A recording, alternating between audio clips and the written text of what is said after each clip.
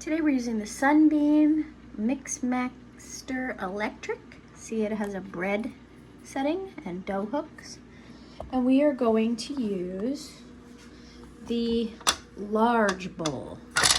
So our Lazy Susan here, and that's all it is, this cog is going to go in the large bowl setting. Although if you mess that up, it still works.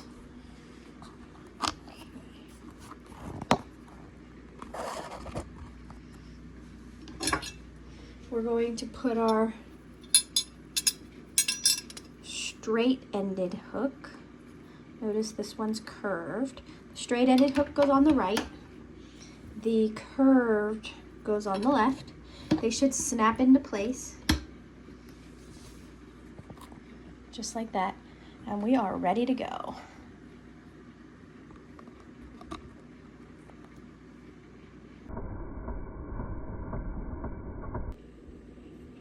We're going to turn our hook up to bread.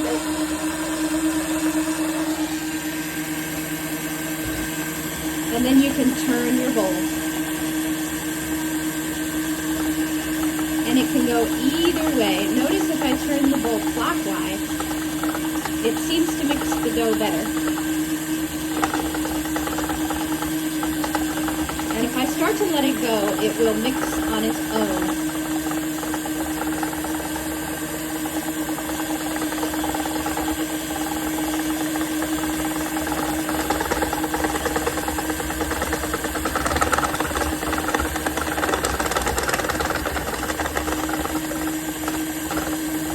This mixer is not without noise,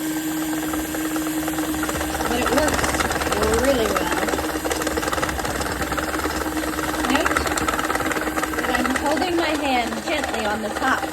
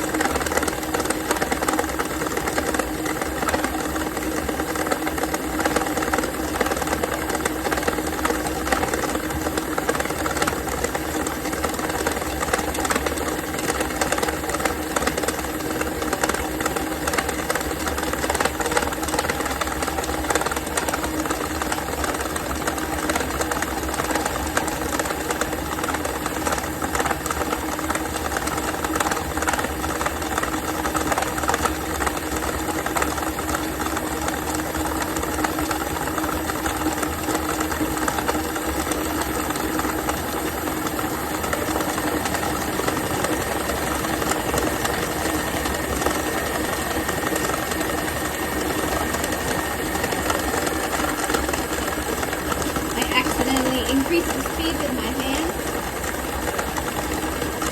and that's fine.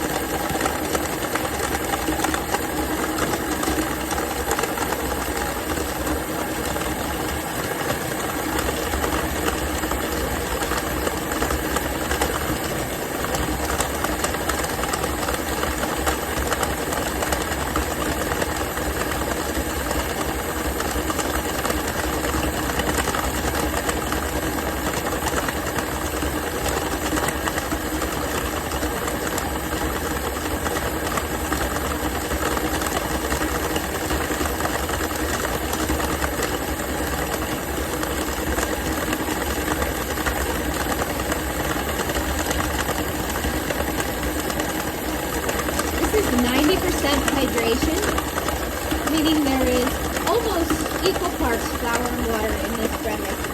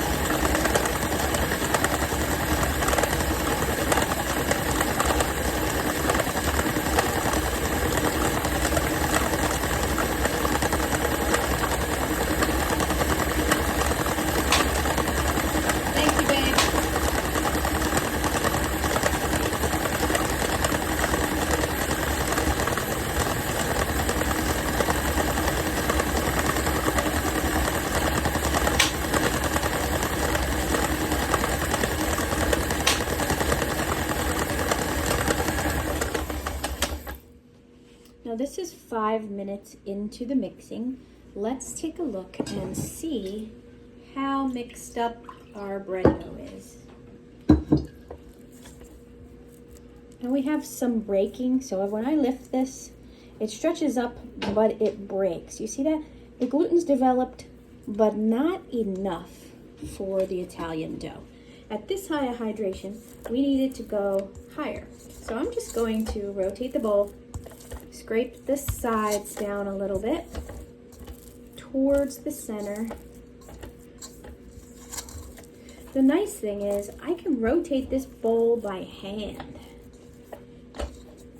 It is so nice. I really like this design. Hint, modern mixer makers, take a note. This was pretty genius. Okay, here we go. I'm gonna put it back in and let it knead some more. And then another note is that the motor is not making that noise. That is the sound of the plastic Lazy Susan tapping the base as it goes around. And it's a little noisy, but for 20 bucks or less than 50 bucks maybe, if you can find a deal, this is worth it.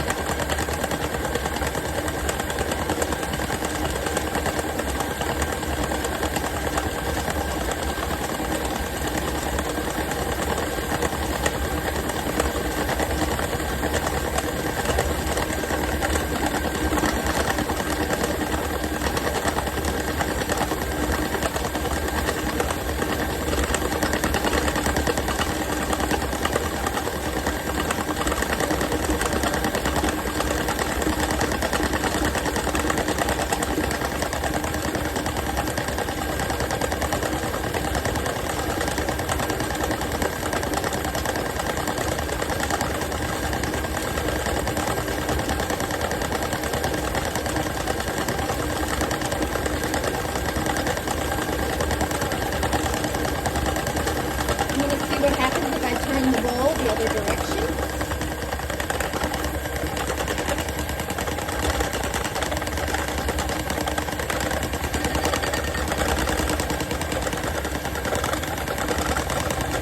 And we'll let it go again.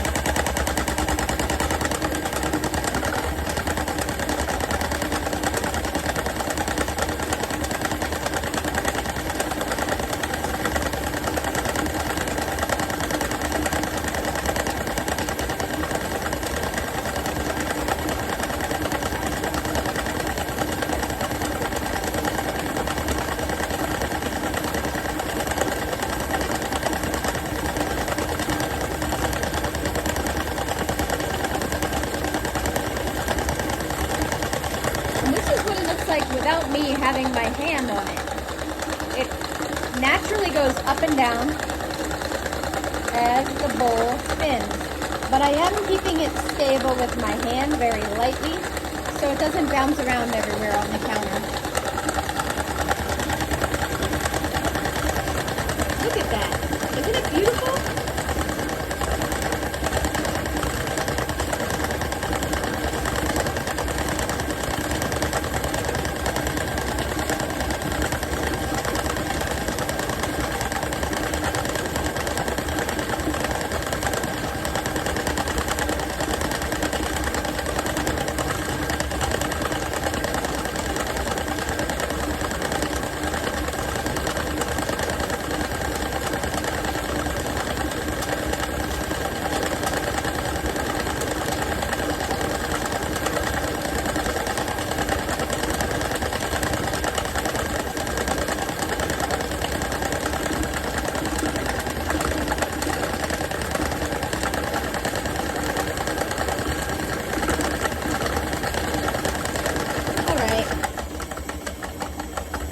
Very slowly, you can see how it kneads.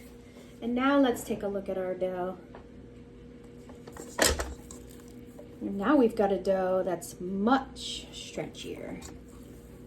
Much. Okay.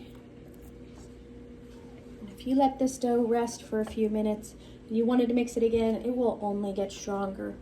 It's actually quite impressive. Notice how the dough has cleared the bowl and it's hanging out a little bit more on the inside. If you still have some dough sticking towards the side, but the rest of the dough looks nice and stretchy like this, just clean the bowl with a spatula, push it towards the inside, and run it for another 30 seconds. You will have a gorgeous dough, just like this. And you're ready for clock, stretch, and folds. We're ready for our clock, stretch, and fold. I'm just going to drop this dough by gently shaking the bowl in.